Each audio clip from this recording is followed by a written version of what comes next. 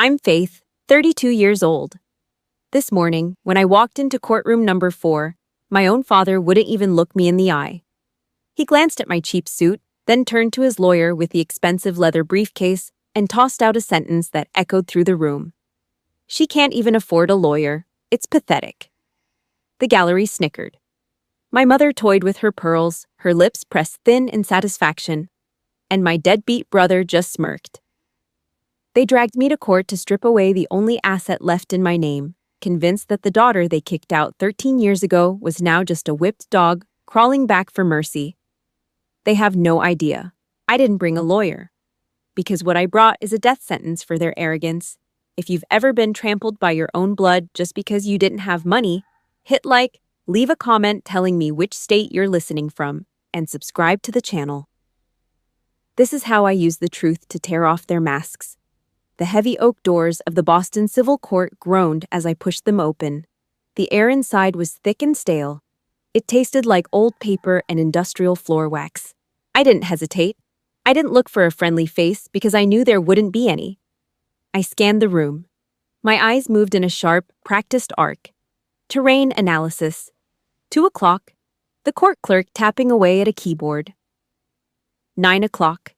The Allen family. They sat shoulder to shoulder on the front bench, creating a wall of expensive wool and designer perfume. A fortress made of meat and arrogance. I chose the empty table on the left. No one sat next to me. I liked it that way. I placed my manila folder down on the scarred wood. I lined it up perfectly parallel to the edge of the table. No mess, no chaos, just discipline. I locked my knees. My spine felt like a rod of cold iron. I stood straight, the way I had for years, in places that didn't have oak doors or air conditioning. Arthur Allen was leaning back in his chair like he owned the building. His suit was custom-made, hand-stitched silk that probably cost more than my first 2 years of military pay. We were barely 10 feet apart, but he wouldn't look at me. No nod. No hello. Just a cold, empty space where a father should have been. He cleared his throat. It was a loud, deliberate sound that echoed off the high ceilings. "Can't even afford a lawyer," he said. He didn't whisper it. He threw the words out like a piece of trash, making sure they reached the back of the gallery. He wanted every stranger in the room to know I was beneath him. He wanted to strip away my dignity before the judge even walked in. Beside him, my brother Connor smirked. He was 35 and had never spent a day doing anything useful. Yet he adjusted his tie like he was the one who had earned the right to be there. He chewed his gum and looked at me like I was a bug he was about to crush under his heel. My mother, Eleanor, didn't look up once. She just smoothed the fabric of her skirt and toyed with her pearls. Her silence was a weapon she'd used against me since I was a kid. They'd already decided I was a beggar, a ghost in a cheap suit. Arthur wasn't done. He leaned forward, his eyes narrowing into slits. "There is still time to walk away, Faith," he said, his voice dripping with that fake, old money concern. "You don't need to embarrass yourself further. This is out of your league." It wasn't fatherly advice. It was a threat wrapped in a velvet glove. I felt the weight of every eye in that room pressing against the back of my neck. The judgment. The toxic pity from the crowd. A civilian would have crumbled. They would have cried or started screaming about how unfair it all was. But I wasn't a civilian, not anymore. I had spent my 20s in the dust of Kandahar and the heat of Iraq. I'd led men through minefields where unfair meant a roadside bomb taking out your best friend. Back there, I had a whole platoon ready to die for me. Here, in the city where I was born, I was treated like a goddamn plague by the people who shared my DNA. I turned my head slowly. I looked Arthur Allen dead in his eyes. Mine were the color of ash, hard and dry. I didn't blink. I didn't flinch. I let the silence hang between us until he was the one who looked away first. "I'm not ashamed, Arthur," I said. My voice was low, steady. It didn't have a single tremor in it. It was the sound of a bolt sliding into a chamber. The side door slammed open. "All rise," the bailiff barked. Judge Harrison walked in, his robes flowing like a dark cloud. The gavel hit the bench. a sharp wooden crack that signaled the start of the execution. Across the aisle, Attorney Vance stood up. He was slick, hair gelled back tight, carrying a leather briefcase that cost more than my car.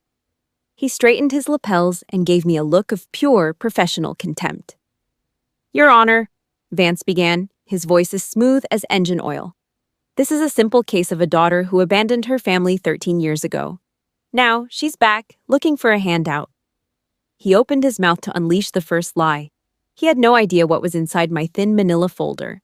He didn't know he was stepping onto a live wire. And I wasn't going to be the one to warn him.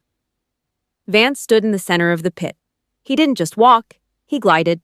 His shoes, Italian leather polished to a mirror finish, clicked against the hardwood floor with a rhythm that screamed confidence. He adjusted his silk tie, cleared his throat, and turned toward Judge Harrison. His voice was warm, rich, like a shot of expensive bourbon. It was the kind of voice people in Boston paid $500 an hour to hear. It was a performance, and he knew his audience. "Your Honor," Vance said, his tone heavy with manufactured regret. "We find ourselves in a tragic situation. My clients, the Allen family, are pillars of this community. They have spent years building a legacy, only to have it threatened by a difficult past." He paused. He didn't look at me yet. He wanted the silence to do the heavy lifting. He gestured toward Arthur and Eleanor as if they were saints being led to the lions. He painted them as grieving parents, victims of a rebellious daughter who had vanished without a word. He kept using the word defendant. It's a legal trick. You strip away the name, you strip away the person. You turn them into a number on a docket, a problem to be solved, a ghost to be exorcised. Then came the pivot. Vance turned his head, letting his gaze crawl over me. His eyes didn't linger on my face. They went straight to the cuffs of my suit. He saw the slight fraying, the department store cut, the lack of a brand-name watch on my wrist. He looked back at the judge and lowered his voice, just enough to make it feel like a secret he was sharing with an old friend. "We must consider the defendant's current circumstances," Vance said. The word circumstances came out sounding like something he'd found on the bottom of his shoe. 13 years of silence. And now, suddenly, she reappears, just as the family estate is being organized. It's hard not to see the financial desperation here. It's a classic case of an estranged child seeing a payday where there should only be family legacy. She's not here for justice, Your Honor. She's here because she ran out of money. Arthur Allen nodded, a slow, grave movement of the head. Eleanor pressed a silk handkerchief to her eyes. There wasn't a single tear, but she knew how to play the part. They were performing a tragedy for an audience of one. Across the room, I could practically smell the grease and the entitlement coming off them. I didn't say a word. I didn't defend my bank account or my choice of clothing. I sat there, as still as a statue, with my hands flat on the table. My tactical brain was already running the tape. I was listening to Vance the way I used to listen to interrogation recordings in a humid tent in Kandahar. I was looking for the gaps, the cracks in the armor. Error 1. He thinks I'm uneducated. He thinks because I'm standing here without a lawyer, I don't know the rules of engagement. He assumes I'm just another blue-collar casualty of the system. Error 2. He's operating on the assumption that I don't have the paperwork. He thinks the Allens successfully buried the trail years ago. He thinks the original agreements are lost to time. In the JAG Corps, we had a saying, never interrupt the enemy when they're in the middle of a suicide mission. Vance was digging a hole. Every arrogant word was another shovelful of dirt. He was so convinced of his own brilliance that he couldn't see the tripwire I'd laid right under his feet. I could feel the sharp edge of the manila folder beneath my fingertip, a small physical reminder of the truth I was holding. Vance stepped closer to the judge's bench. He was ready for the kill. He took a deep breath, puffed out his chest, and threw his voice to the back of the room, making sure the gallery heard every syllable. The truth is simple, Your Honor. The defendant left this home voluntarily, Vance stated. She turned her back on her responsibilities, her family, and this property. She had no intention of being a part of this family's future, and she has contributed exactly zero to its maintenance. She chose to walk away and stay away. She isn't a victim, she's a quitter. voluntary. The word hit me like a physical blow. It didn't just fall into the room, it poisoned the air. My knuckles turned white as I gripped the edge of my folder. The room started to fade. The oak walls of the Boston court blurred into the gray, freezing shadows of a winter night 13 years ago. The air conditioning in the building felt like a gust of wind from an open door in the middle of a blizzard. If you've ever sat in a room and listened to someone lie about your life while everyone else nodded along, you know exactly how the air gets sucked out of your lungs. This story is for everyone who's been told they don't matter because of the clothes on their back. If you're standing with Faith Allen right now, hit that like button to support her journey. Drop a comment with the word truth.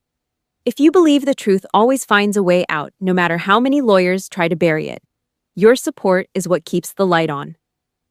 Vance sat down, looking satisfied. He leaned back and shared a triumphant glance with my father. He thought he'd closed the lid on the casket. He didn't see my jaw set. He didn't see the way I was breathing. Slow, shallow, controlled. He didn't know that word had just opened a door in my mind I'd spent over a decade trying to keep locked with a heavy chain. The voluntary departure.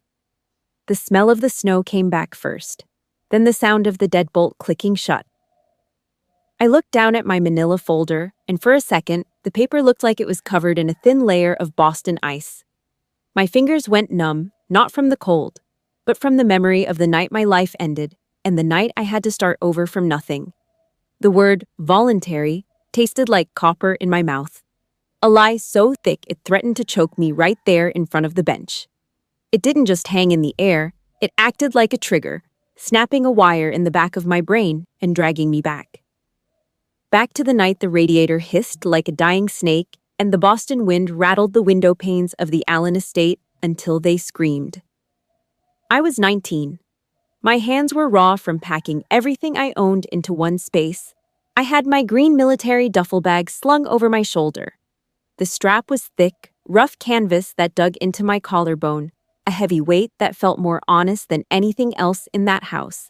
It smelled like warehouse dust and old gym lockers. I stood in the hallway, the dim yellow light casting long, jagged shadows against the wallpaper. Arthur didn't even bother putting his newspaper down. He just shifted his weight, blocking the entrance to the living room like a stone wall. He held the Wall Street Journal like a shield, his eyes glued to the stock market reports. He didn't look at me, not once. "Step out that door and don't you ever crawl back here for a dime," he said. His voice was flat, cold, the kind of cold that stays in your bones long after you've found a heater.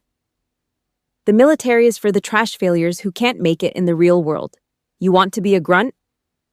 Fine, be a grunt. But you ain't an Allen anymore." In the kitchen, my mother, Eleanor, was at the island. She was peeling an apple, a Granny Smith. The skin came off in one long green spiral, dropping onto the butcher block with a soft, wet thud. She didn't look up. She didn't pause. The rhythmic scrape of the knife against the fruit was the only goodbye I got. Connor was there too, leaning against the doorframe, chewing his goddamn gum with that slack-jawed smirk. He looked at my boots, then at my face, his eyes full of a petty, small-time triumph. "Good luck in the mud, loser," he muttered, the smell of artificial mint wafting off him. "Hope the barracks are cozy." Then came the sound. The heavy front door slamming shut, the deadbolt clicking into place with a finality that echoed through my chest. That sound had stayed in my marrow for 13 years. That night, I didn't go to a hotel. I didn't have the money.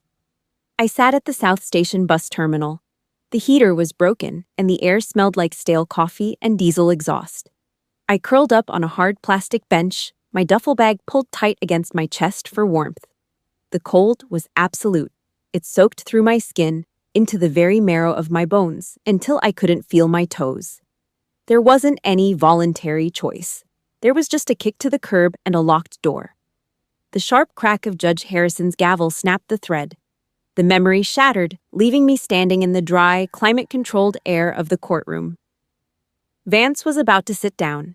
He had this smug grin tugging at the corners of his mouth, the look of a man who'd just finished a light lunch. He thought he'd won. He thought he'd painted the perfect picture of a rebellious girl who walked away from a silver spoon life because she was too lazy to follow the rules. He thought he'd closed the lid on the casket. I stood up. I didn't rush. I didn't scramble or look for permission. I rose with the slow, terrifying precision of a predator coming out of the tall grass. I locked my knees. I adjusted my manila folder by exactly 1 inch, making sure it was perfectly aligned with the grain of the wood. I stayed silent for 5 seconds. 1, 2, 3, 4, 5. It was long enough to suck the oxygen out of the room. Long enough for the clerk to stop typing. Long enough for the smirk to slide right off Connor's face. I didn't look at the judge. I didn't look at the gallery. I turned my head and fixed my eyes on Attorney Vance. My name is Faith Allen, and today I represent myself, I said. My voice wasn't loud, but it pinned itself into the space like a bayonet. Vance stiffened. He froze halfway to his chair. The nonchalance, that playful arrogance in his eyes, vanished in a heartbeat. He looked at me, then at the judge, his mouth opening just a fraction. Voluntary. That's a real interesting choice of words, Attorney Vance. I tilted my head, just enough to let him see the ash in my eyes. I'm curious. Since when does the law define being shoved out a door into a Boston blizzard at 19, without a single cent or a place to sleep, as a voluntary departure? Vance's throat jumped. He looked like he'd just swallowed a handful of dry sand. He tried to find his voice, tried to reach for a rebuttal, but his tongue seemed heavy in his mouth. I didn't walk away from my responsibilities, I said, stepping toward the center of the floor. My heels clicked against the wood, a sharp, rhythmic sound that cut through the silence. I was purged, and I didn't stay away because I was a quitter. I stayed away because I was busy serving a country that treated me better than the people sitting on that bench over there. I leaned in, just a bit, enough to make him sweat. You want to talk about voluntary? Let's talk about how voluntarily my parents decided to stop being parents the second I didn't fit their brand. The room was so quiet you could hear the hum of the overhead lights. Vance's mouth hung open, his hands fumbling with the edge of his expensive briefcase. The first crack in their perfect, expensive wall had just appeared, and I was going to make sure the whole thing came crashing down. Now, I said, my voice dropping an octave, turning into something jagged and dangerous. Let's look at what's actually inside this folder. Vance took a long, shaky breath, trying to steady the deck after my voluntary hit. He was a pro, I'll give him that. He knew when a narrative was slipping away, and he was reaching for a lifeline. He straightened his cuffs, looked at Judge Harrison, and pitched his voice to that frequency lawyers use when they want to sound like the smartest guy in the room. Your Honor, let's move past the ancient history, Vance said, his voice rising, regaining its oily sheen. Let's talk about the last 7 years. 7 years of silence. 7 years without a single phone call, not one Christmas card, not a single text message to the people sitting right here. Under the law, a total lack of action over such a long period constitutes abandonment of interest. You can't just go dark for nearly a decade and then expect to walk back into a property like you never left.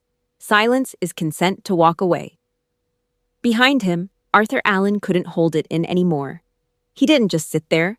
He lunged forward, his face turning a shade of purple that matched his silk tie. He gripped the back of the wooden bench until his knuckles turned white. I made it clear, he growled, the sound echoing off the high, cold ceilings. I told her I didn't want a damn thing to do with her. She's dead to us. She's been dead for years. Judge Harrison didn't even look up as he slammed his gavel down. Crack. The sound was like a gunshot in a library. Mr. Allen, sit down and shut up, or the bailiff will assist you to a holding cell. The judge barked, his eyes like flint. Arthur slumped back, huffing like a wounded bull. Eleanor stared straight ahead, her face a mask of frozen New England politeness. Vance stood there with a thin, triumphant smile, waiting for me to start crying. Waiting for me to apologize or make some pathetic excuse about why I didn't call home. I didn't give him the satisfaction. I stepped forward. My boots made a solid, heavy sound on the floor.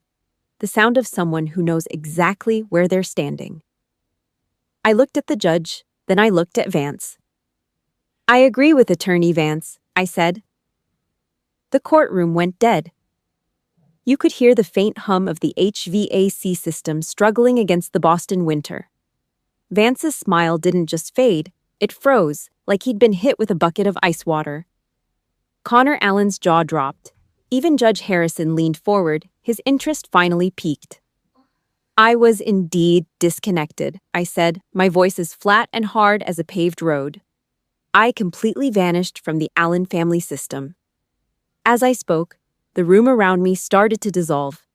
The smell of old paper was replaced by the scorched, metallic scent of Kandahar. Year 3. The heat was absolute, over 100 degrees even in the shade of the motor pool. Dust didn't just blow, it lived in your nose, your throat, your clothes.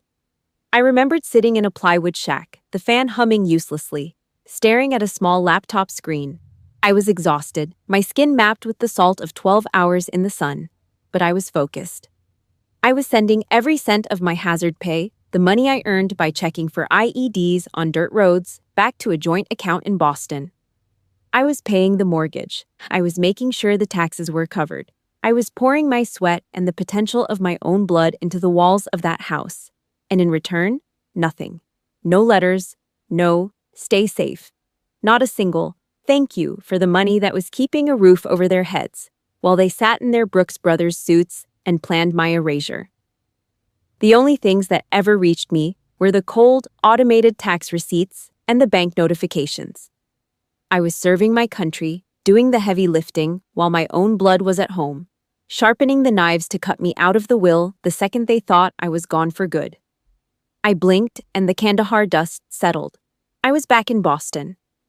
The silence in the room was heavy and I let it sit there, weighing on them. Yes, I was silent, I said, my voice dropping an octave, turning into something jagged. But Attorney Vance is forgetting a very basic concept. Silence isn't always mutual. Vance opened his mouth, his throat working like a fish out of water, but I didn't let him speak. I fixed him with an eye that had seen things he couldn't imagine in his air-conditioned office. I didn't receive a single legal notice about this property in 7 years. Not because I abandoned it, but because your clients went to great lengths to make sure I was blinded. They took my money while I was overseas, then they tried to bury my name under 7 years of manufactured darkness. I felt the heat rising in my chest, but I kept it under lock and key. I reached down. My fingers slid over the top of the manila folder. The texture was rough, real. The trap was set, and they'd walked right into the center of the kill zone. The law calls it abandonment when a person chooses to leave, I said, my voice ringing out like a bell. But it calls it something else entirely when a family hides the truth from a soldier in a combat zone just to steal her equity. I looked at Arthur. He wasn't growling anymore. He was staring at the folder in my hand like it was a ticking bomb. You want to talk about those 7 years, Vance? I asked, my voice barely a whisper now, but it carried to every corner of the room. Let's talk about them. Let's talk about exactly where my money went while you were telling the court I didn't care. I flipped the cover of the folder open. The sound of the paper was like a dry leaf breaking. The first receipt was sitting right there on top. Vance's face went gray. He knew. He finally realized that the thin folder in my hand wasn't a shield. It was a hammer. And I was just getting started. The manila folder didn't make a sound when I opened it. Just a dry whisper of paper in the cold air. I moved with a flat, mechanical precision. No extra movements, no wasted breath. I'd cleaned my M4 in the pitch black of an Iraqi night with more noise than this. Arthur Allen was staring at the folder like it was a live grenade. He was right to be scared. His expensive silk suit couldn't protect him from what was written on those pages. I want to talk about year 3, I said. My voice was level. It was the sound of a heavy hammer hitting a nail into a coffin. This was the exact moment the discussions to liquidate this estate began. Not a decade ago. Not when I left, but when I was at my most vulnerable. Vance didn't just stand up this time. He lunged across the mahogany table. He slammed his palm down, the sound echoing like a gunshot. Objection. Your Honor, this is pure speculation. The defendant wasn't even in the country. She has no personal knowledge of these private family matters. This is a fishing expedition based on nothing but bitterness and a lack of funds. I didn't look at him. I kept my eyes on Judge Harrison.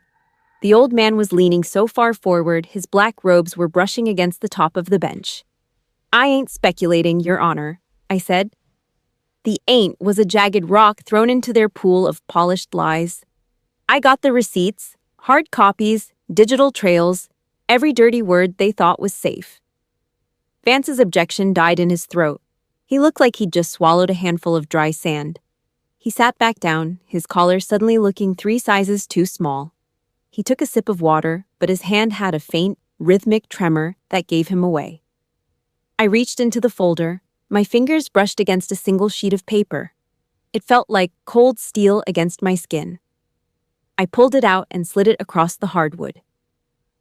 It moved with a soft hiss toward the court clerk.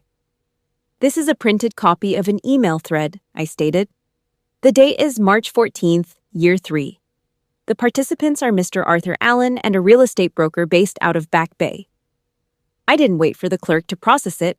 I knew every syllable by heart. I'd read them until my eyes were raw in the middle of a desert. "I'll read the highlighted section for the record," I said. My voice was a meat cleaver. Mr. Allen wrote to his broker, "We need to move fast on the appraisal. I want this property closed before the end of the quarter. We gotta avoid any legal headaches from the absentee trouble." The words hit the walls of the courtroom and bounced back like heavy stones. Absentee trouble. That was me. That was the daughter who was currently sleeping in a sand-filled tent, wearing 60 pounds of gear and trying to stay alive for another day. I wasn't a person to them. I wasn't a daughter. I was a headache. A line item on a ledger that needed to be erased. Eleanor Allen's hand flew to her throat. Her fingers stopped their frantic dancing against those white pearls. She looked like she'd forgotten how to breathe. Arthur was frozen. His face went from that angry, arrogant purple to a sick, chalky gray. I didn't call them mom or dad. In that room, under that fluorescent light, they were just targets. They were just the people who had tried to bury me before I was even in the ground. I didn't give them a second to catch their breath. In a fight, you don't stop when the enemy flinches. You keep going until they stay down. I pulled the second sheet out. 6 months later, I said, "The follow-up. This one is from the broker back to Mr. Arthur Allen." I read it out, pinning each word to the floor like a spike. The broker writes, "The title search is flagged, but we can bypass the secondary signature if we file the hardship waiver. We need a final decision before any formal claims are made by the other party." The silence was absolute. You could hear the radiator humming in the corner. You could hear the frantic, wet sound of Eleanor's shallow breathing. There was no hole for them to crawl into. The truth was out in the open now, raw, ugly, and smelling of old greed. They knew I had a legal right to that house. They knew I was an owner. And they'd spent their Sunday afternoons planning how to sell it behind my back while I was busy in a combat zone. They weren't just greedy. They were calculated. They were cold. They were everything I'd spent 13 years trying to outrun. I pulled my hand back and stood at attention. My back was a straight, uncompromising line. "A lack of notice ain't the same thing as silence, Your Honor," I said. My voice filled every corner of that room, heavy with a decade of ignored service. "It's a deliberate act of theft. It strips away a person's right to act. They didn't give me a choice to say no. They tried to steal the choice before I even knew there was one. There wasn't an abandonment. There was a heist disguised as family business." Judge Harrison took his glasses off. He looked at the papers, then he looked at me. Then he turned his head slowly toward Attorney Vance. His eyes were like 2 scalpels, ready to cut. The air in the room got cold. Real cold. "Attorney Vance," the judge said. The name sounded like a threat. "Did you have knowledge of these communications before you stepped into my courtroom this morning?" Vance was sweating now. A single drop of cold grease was rolling down his temple, soaking into his silk collar. He wiped his face with a hand that was visibly shaking. "Your Honor, My clients didn't provide me with those specific records. I was under the impression..." Harrison slammed his hand down on the bench. Boom! The sound made Eleanor jump in her seat. "You're an officer of this court, Vance. It was your goddamn job to know. You've been standing here for an hour calling this woman a quitter while your clients were actively conspiring to rob her while she was in a war zone. The judge stood up, his face flushed red. I'm calling a recess. 15 minutes. Vance, you better find a very good reason why I shouldn't hold you in contempt. And Mr. Allen, don't you even think about leaving your seat? I didn't move. I didn't smile. I didn't feel happy. I just stood there, staring at the empty, dark space where my family used to be. The papers were still on the table, white against the dark wood. Like bones. The silence following the recess was different. It wasn't the heavy, suffocating silence of a tomb anymore. It was the electric, hair-raising quiet that comes right before a lightning strike. I stood at my table, my back as straight as a steel rebar. I didn't look at Arthur. I didn't look at Eleanor. I didn't need to. I could feel the heat of their confusion radiating off them from across the aisle. They were whispering, frantic little sounds like rats behind a wall. Judge Harrison returned to the bench. He didn't sit down immediately. He stood there, his hands gripping the edge of the wood, staring at me. He wasn't looking at a defendant or a rebellious daughter anymore. He was looking at the evidence I'd just laid out. Those emails that had turned a simple property dispute into a roadmap of family betrayal. He narrowed his eyes, studying the way I held myself, the way I didn't fidget, the way I didn't look for approval. Ms. Allen, the judge said. His voice was slow, echoing off the high stone walls of the Boston court.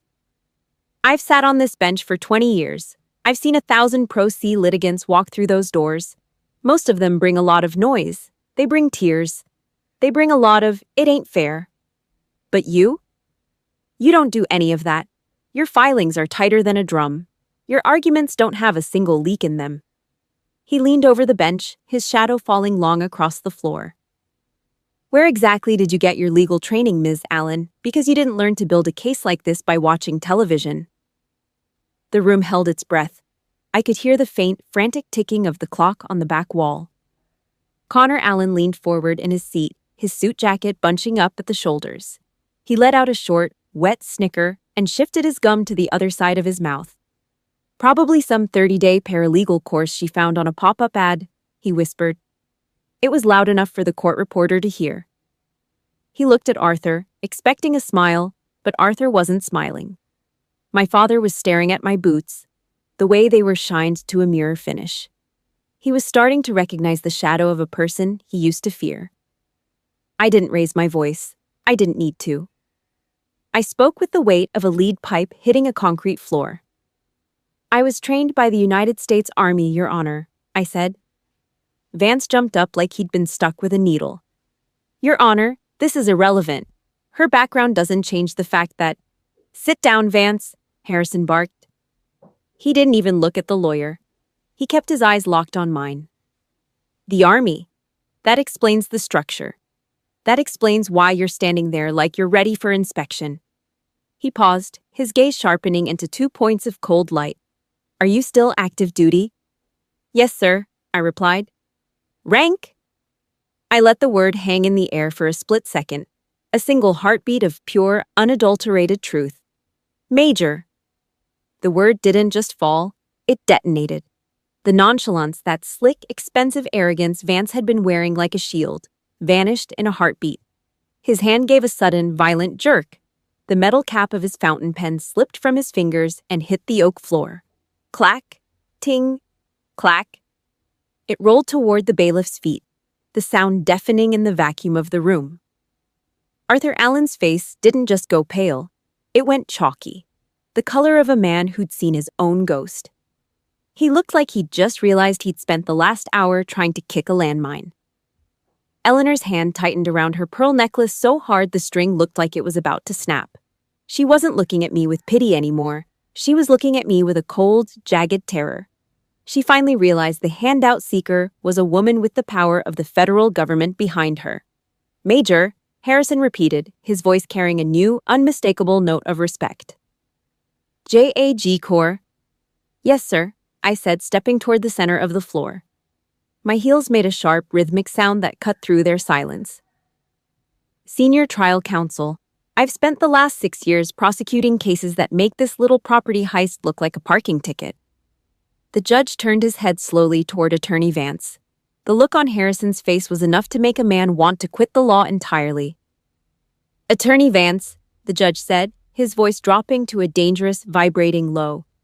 "You stood in my courtroom and called this woman unrepresented. You told me she was out of her league.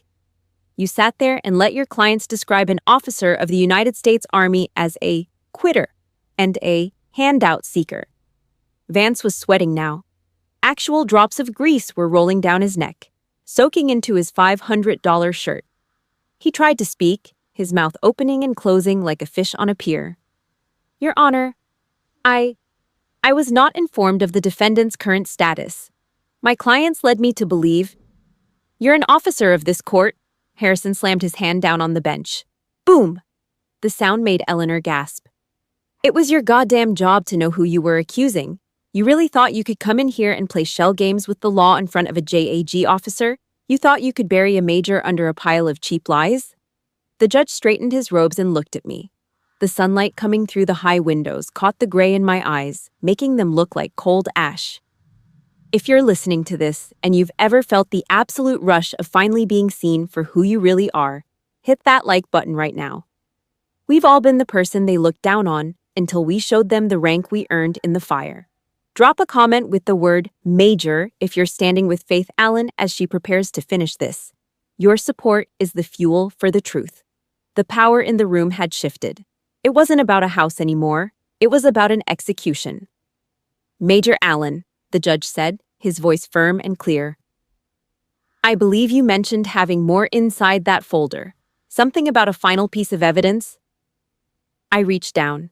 I didn't look at the family that had discarded me. They were already dead to me. I looked at the folder. "I do, Your Honor," I said.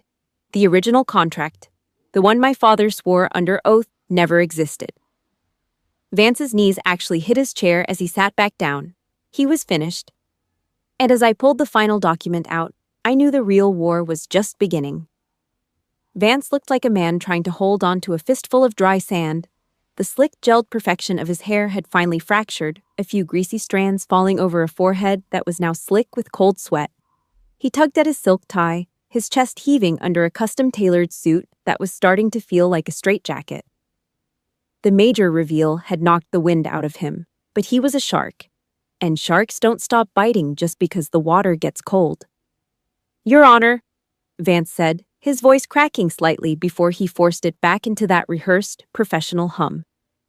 "Even if we accept the unconventional nature of the defendant's service, we cannot ignore the physical reality of the Allen estate. For 7 years, my clients have maintained the property. They replaced the roof. They upgraded the HVAC system. They paid for the landscaping. Under the principle of sweat equity, the value added to the home through their direct labor and financial oversight belongs to them. The defendant wasn't here to lift a finger. You can't just leave a house for a decade and expect the people who kept it from falling apart to hand you the keys." Beside him, Arthur Allen didn't just nod. He lunged forward again, his face a dangerous shade of brick red. He gripped the back of the wooden bench until his knuckles turned white. "Damn right," he barked, his voice raw and ugly. "We put the work in. We didn't sit in some desert. We stayed here. We poured our sweat into those walls while she was off playing soldier." The judge didn't even reach for the gavel this time. He just looked at Arthur with a cold, disgusted pity that was sharper than any blade. "Mr. Allen," Harrison said, his voice like a razor, "one more outburst, and you'll be watching the rest of this from the back of a squad car. Sit down." Arthur slumped back, the anger in his eyes turning into something more desperate. I didn't look at him. I didn't look at Connor, who had finally stopped chewing his gum and was staring at the floor like it might open up and swallow him whole. I reached back into my manila folder. I moved past the emails, past the bank statements. I reached for the very bottom. I felt the texture of the paper, thin, yellowed at the edges, and older than my service record. It was the lightest thing in the folder, but it weighed more than the house itself. I pulled it out and held it up for a second. The light from the high windows caught the ink of the signatures. "The original ownership agreement," I said. My voice was quiet, but it carried to every corner of the room like a tolling bell. "Dated 13 years ago, signed by Arthur Allen, Eleanor Allen, and myself, before I left for basic training. I walked to the clerk and handed it over. Vance's eyes followed the paper like it was a death warrant. It moved across the desk and landed in front of the judge. This document defines the ownership as a joint tenancy with right of survivorship, I stated. I kept my hands behind my back, feet shoulder-width apart. Clause 4 is very specific. It states that ownership is predicated on the initial capital investment. My initial investment was $50,000, my entire inheritance from my grandfather. There is no provision for sweat equity to override legal title. There is no clause that says a roof replacement buys out a co-owner's interest without a written, notarized buyout agreement. I turned to look at Vance. He was staring at the table, his mouth working silently, his hands fumbling with his expensive pen. You want to talk about sweat? I asked. I took a step toward the center of the floor, my heels clicking against the oak. You mentioned the roof. You mentioned the HVAC system. You said my parents poured their sweat into those walls. I reached back into the folder and pulled out a separate stack of bank logs. I didn't look at them. I knew the numbers by heart. The roof was replaced in year 4, I said. The cost was $18,000. During that same window, I sent exactly $20,000 from my hazard pay account to the joint maintenance fund. The materials were paid for with money I earned in a combat zone while dodging snipers. The sweat you're talking about was paid for by my blood, not their effort. They didn't fix the house. They used my money to pay a contractor to fix it, and then they tried to use the invoice to steal my name off the deed. I paused. I let the weight of that truth settle on the room. I could see the sweat on Vance's upper lip. I could hear the sharp, shallow breath Eleanor took. Effort isn't a legal substitute for a contract, Vance, I said, my voice hardening into a jagged edge. You don't get to keep a house just because you roofed it with someone else's money. That isn't effort. That's a heist. A cold, calculated heist by people who thought I'd never come home to read the receipts. Vance looked like he'd been hit with a sledgehammer. He looked at the judge, but Harrison wasn't looking back. The judge was staring at Arthur Allen with a level of contempt that was almost physical. I've heard enough, Judge Harrison said. He didn't wait for a closing argument. He didn't need one. He closed the folder with a sharp, final snap. The court finds that the plaintiffs acted with a clear intent to defraud and strip the assets of a serving military officer. The attempts to conceal these transactions and provide false testimony regarding the existence of the original contract are a disgrace to this chamber. He looked at me, and for the first time, he gave a small, solemn nod. The request to terminate the defendant's interest is denied, Harrison declared. The original ownership stands. Furthermore, I am ordering an immediate freeze on all assets related to the property pending a full audit of the maintenance fund. Major Allen, you are entitled to your full equity plus damages for the attempted fraud. Crack! The gavel hit the bench. The sound was like a thunderclap. Vance didn't say a word. He just started shoving his papers into his briefcase, his hands visibly shaking. He didn't look at the Allens. He didn't even look at me. He just wanted to get out of the blast zone. Arthur and Eleanor sat frozen, 2 statues of rotting stone. They had come here to take the last thing I had. Instead, they'd lost everything. I stood there for a moment, listening to the echoes of the gavel. The legal battle was over. The victory was mine. But as I looked at the 3 people sitting across the aisle, I realized the hardest part was just beginning. The courtroom was quiet now, but the air was thick with the scent of a dying fire. I picked up my manila folder. It felt lighter now, empty of its power. I turned toward the exit. I could hear their footsteps behind me. The real confrontation wasn't going to happen in front of a judge. It was going to happen in the shadows of the corridor. The courtroom doors hissed shut behind me, the sound echoing like a muffled gunshot in the long gray hallway. The air here was different. It didn't have the manufactured dignity of the courtroom. It smelled of industrial floor wax, stale coffee, and the cold, sharp scent of panic. My boots made a rhythmic, heavy sound against the marble. Clack, clack, clack. A steady beat that felt like a countdown. I saw them 50 feet away. A wall of meat, expensive wool, and rotting intentions. Arthur, Eleanor, and Connor. They weren't sitting shoulder to shoulder in a fortress of arrogance anymore. They were huddled together in the harsh, flickering fluorescent light, looking like scavengers who had just realized the carcass they were eyeing was actually a live wolf. Arthur stepped forward first. He tried to straighten his shoulders, tried to reclaim that master of the house posture he'd used to crush my spirit since I was a kid. But the silk of his suit looked limp. His face was a map of broken veins and pale sweat. He didn't growl this time. He lowered his voice, trying for a tone that was supposed to sound like fatherly wisdom. It just sounded like rusted metal grinding together. "You didn't have to do that in there, Faith," he said. He took a step closer, invading my space with the smell of expensive scotch and the kind of stress that makes your skin crawl. "The public humiliation, it's beneath us. We're an Allen family. This could have been settled in the kitchen, over a drink. We could have kept this internal." I stopped. I locked my knees. My hands stayed flat against the sides of my trousers, perfectly aligned with the seams, my fingers grazing the rough texture of the manila folder. I looked him in the eye, not as a daughter, but as an officer surveying a disaster zone. "I didn't choose the location, Mr. Allen," I said. My voice was flat, empty of the heat he wanted to bait. "You filed the paperwork. You hired the shark.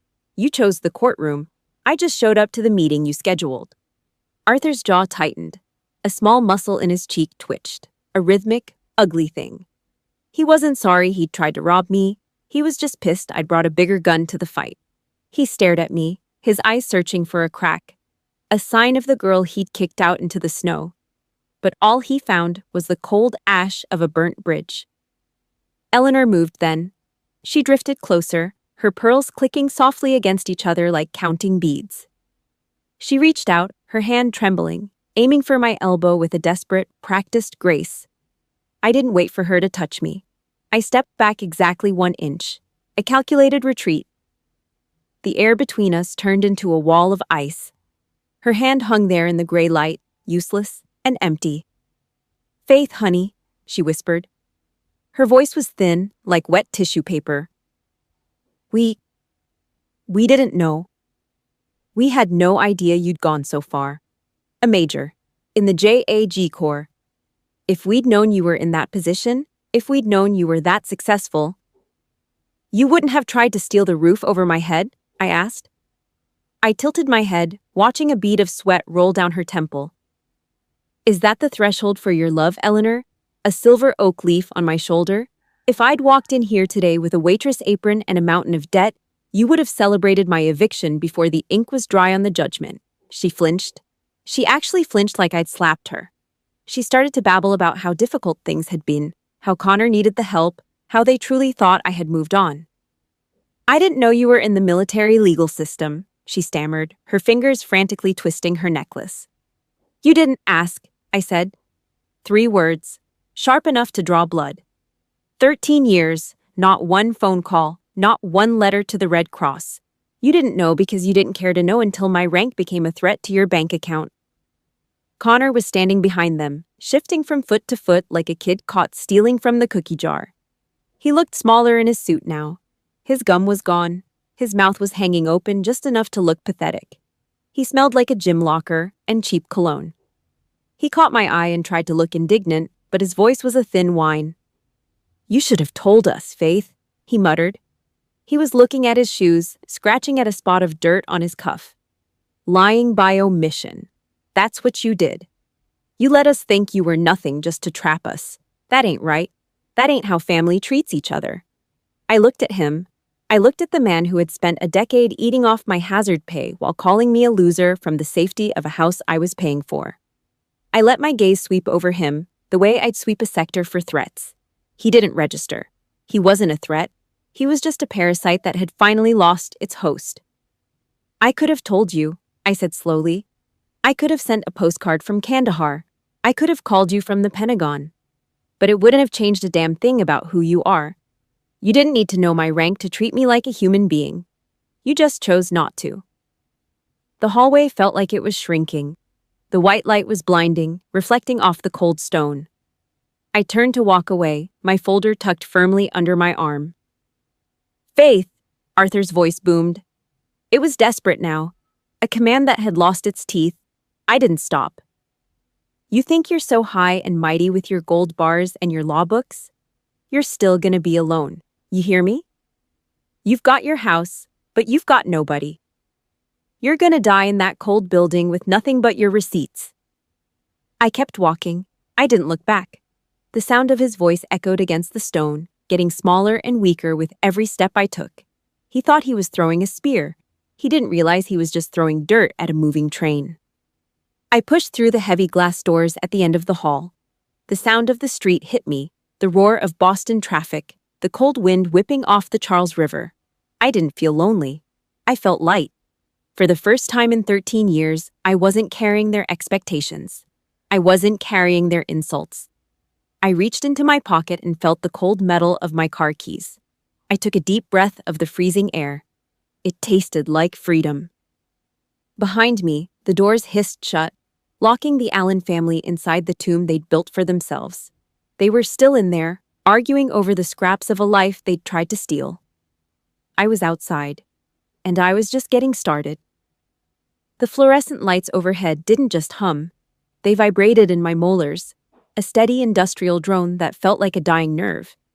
The hallway was a long gray throat of marble and cold glass, smelling of stale winter air and the cheap floor wax they used to hide the age of the building.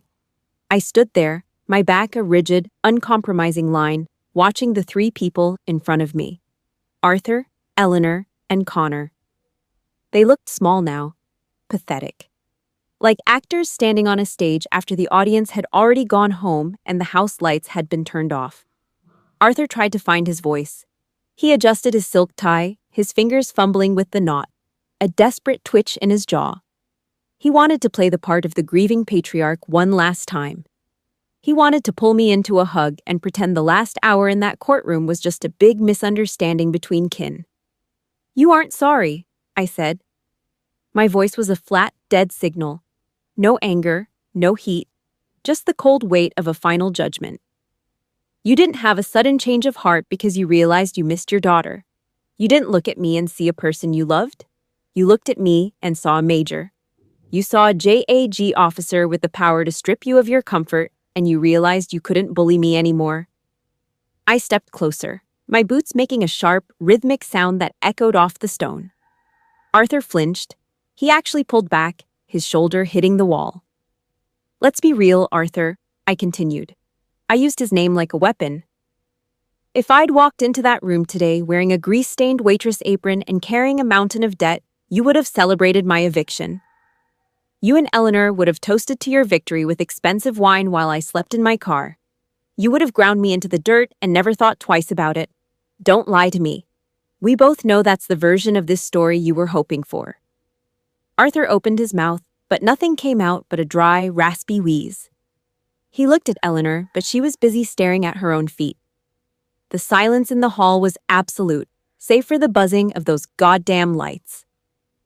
I've spent the last 13 years in places where the air smells like burning oil and the dust gets into your lungs until you cough up gray mud, I said. I let my gaze sweep over them, the way I'd sweep a sector for hidden threats. Out there, I had people who didn't know my middle name, strangers from states I'd never visited, who were ready to catch a bullet for me. We shared water, we shared letters from home. We looked out for each other because we were a unit, because loyalty meant something more than a line on a birth certificate.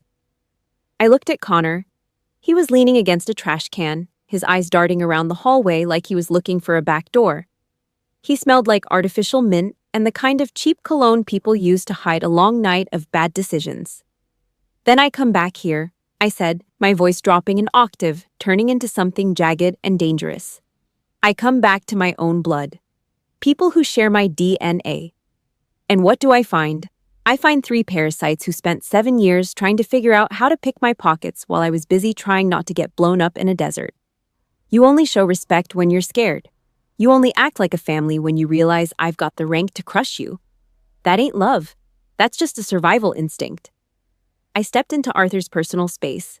I was taller than him now, or maybe he'd just shrunk under the weight of his own greed. I could see the broken veins in his nose, the fear behind his eyes. My heart was steady, a slow, rhythmic thud in my chest. From this second on, I don't have a father, I stated. I didn't whisper it. I said it like I was reading a manifest. I don't have a mother. I don't have a brother. This house, I'm putting my half on the market tomorrow morning. I want my equity and I want it in a wire transfer. After that, don't you ever say my name again. Don't call, don't write, don't send a lawyer to my door. You're a biological accident I'm finally fixing. Eleanor let out a sharp, choked sob. She reached for my arm, her fingers trembling, but I stepped back. I didn't let her touch me. Her tears were useless. They were just water and salt, shedding for a loss of status, not a loss of a child. I turned my back on them. My boots hit the marble with a final, heavy crack. I headed for the heavy glass doors at the end of the hall, the light from the Boston street looking gray and biting. Behind me, Arthur snapped. The mask finally fell off, and the rot underneath came pouring out. His voice rose into a ragged, desperate scream that bounced off the high stone walls. "Go ahead, then," he roared. I could hear his footsteps stumbling on the stone as he tried to follow me. "Walk away, Faith. I was right about you from the start. You're cold. You're a machine. You think you're so damn special because you've got a rank? You're gonna end up alone. You hear me? You'll die in some empty building with nothing but your goddamn receipts and your pride. Nobody's ever gonna love a woman who treats her own blood like a target." I stopped. The sound of the street traffic through the glass doors seemed to fade away. I stood perfectly still for 3 seconds, the cold air from the vents blowing against the back of my neck. Then, I slowly turned my head. I looked back over my shoulder at the old man standing alone in the middle of that empty, flickering hallway. The look on my face made him stop mid-sentence. His jaw stayed open, his hands frozen in the air. I didn't say a word. I just looked at him until the scream died in his throat. Then I pushed through the doors and walked out into the cold. The fluorescent lights in the hallway flickered with a rhythmic, dying buzz that matched the frantic beating of Arthur Allen's heart. I stopped 10 paces from the glass exit. I didn't turn around fast. I moved with a slow, heavy, deliberate motion, pivoting on the heel of my boot until I was facing the old man. Arthur's face was a map of broken capillaries and raw, unadulterated rage. He was shaking, his expensive leather briefcase swinging at his side like a useless weapon. "You're gonna die alone, Faith," he screamed, his voice cracking and echoing off the cold marble walls. "You think you won. You've got a title and a pile of receipts, but you've got nothing else. Nobody's ever gonna love a woman who treats her own father like a target in a kill zone. You're cold. You're a machine. You'll rot in that house with your pride and your goddamn law books." I let his words hang in the air. I let them bounce off the high ceilings and die out until the only sound left was his heavy, wet breathing. I didn't flinch. I didn't feel that old, sharp pain in my chest that used to come whenever he raised his voice. I just looked at him. I saw the fear behind his eyes, the terror of a man who realized he no longer had a single string left to pull. "You're right about one thing, Arthur," I said. My voice was low, carrying the weight of a mountain. It wasn't a shout. It was a statement of fact. I'm alone. I let a second of silence pass. I watched his chest heave, a small triumphant smirk starting to pull at the corner of his mouth. He thought he'd found a nerve. He thought he'd finally landed a blow that mattered. "But you're wrong about the rest," I continued, my voice hardening. "You think being alone is a punishment. You think it means I'm weak. But out in the desert, when the sand is choking your lungs and the world is trying to blow you apart, being alone means nobody can reach into your pocket while you sleep. Being alone means I don't have to watch my back in my own house. It means I don't have to bleed for people who are just waiting for me to die so they can cash the check." I took a step toward him, just one. Arthur actually recoiled, his back hitting the cold stone wall of the courthouse. The smirk vanished. "I'm not a machine," I said. "I'm a survivor. And the difference between me and you is that I don't need a crowd of liars to tell me I'm worth something. You're the one who's terrified of the quiet, Arthur. That's why you need to control everything. That's why you tried to steal from your own daughter, because without that house and that name, you're just a small, greedy man in a suit that doesn't fit anymore." I turned my back on him. I didn't wait for a rebuttal. I didn't wait for Eleanor to start her rehearsed sobbing. or for Connor to mutter some half-baked insult from the shadows. I walked. My boots hit the floor with a steady, rhythmic thud. Clack, clack, clack. Every step was a line drawn in the dirt. Every inch of distance I put between us was another layer of the past I was stripping away. The courtroom, the lawyers, the forged emails, the memory of that 19-year-old girl standing in the snow with a duffel bag. I left it all there on that marble floor. It was dead weight. It was trash. And I was done carrying it. I reached the heavy glass doors. I pushed them open with both hands, the metal handles cold against my palms. The Boston air hit me like a physical blow. It was freezing, a sharp, biting wind blowing off the harbor, but it was the cleanest thing I'd tasted in 13 years. I stood on the top step and took a deep breath, letting the cold air fill my lungs until it stung. I looked up. The sky was a vast, unbroken sheet of gray, but it felt massive. Infinite.